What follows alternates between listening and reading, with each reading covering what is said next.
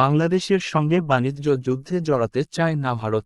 বাংলাদেশের সঙ্গে বাণিজ্য যুদ্ধে জড়ানোর ইচ্ছা ভারতের নেই বলে এক প্রতিবেদনে জানিয়েছে ভারতীয় সংবাদমাধ্যম টাইমস অব ইন্ডিয়া।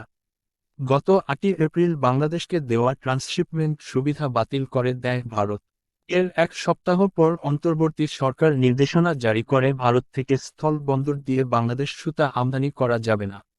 আর স্থল বন্দর দিয়ে সুতা আমদানি বন্ধের বিষয়টির পরই টাইমস অব ইন্ডিয়া বৃহস্পতিবার ১৭ এপ্রিল জানালো, বাংলাদেশের সঙ্গে ভারত বাণিজ্য যুদ্ধ চায় না।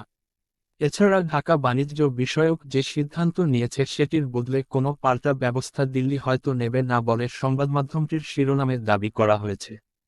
টাইমস অব ইন্ডিয়া ভারত সরকারি সূত্রের বরাতে জানিয়েছে, নিজেদের বিমানবন্দর ও স্থল বন্দরের জট কমাতে বাংলাদেশকে দেওয়া ট্রান্সশিপমেন্ট সুবিধা বাতিল করেছে ভারত।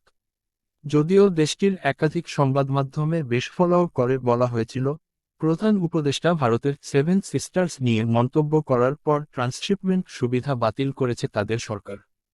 টাইমস অব ইন্ডিয়ার প্রতিবেদনে বলা হয়েছে, নেপাল ও ভুটানে বাংলাদেশের পণ্য রপ্তানির ক্ষেত্রে ট্রান্সশিপমেন্ট সুবিধা বাতিলের কোনো প্রভাব পড়বে না বলে ভারত সরকার আশ্বস্ত করেছে। তারা আরও দাবি করেছে, ভারত সরকার ট্রান্সশিপমেন্ট সুবিধা বাতিলের আগেই গত মার্চ মাসে বাংলাদেশ ৩টি বন্দর বন্ধ ও স্থল বন্দর দিয়ে সুতা আমদানির বন্ধের সিদ্ধান্ত নিয়েছিল।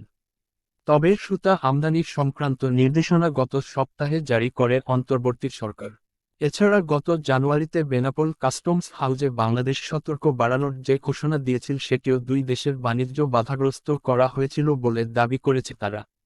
সংবাদমাধ্যমটির প্রতিবেদনে আরও দাবি করা হয়েছে, ভারতের সঙ্গে বাণিজ্য বাধাগ্রস্ত করতে বাংলাদেশ পাকিস্তানের সঙ্গে সরাসরি বাণিজ্য শুরু করেছে।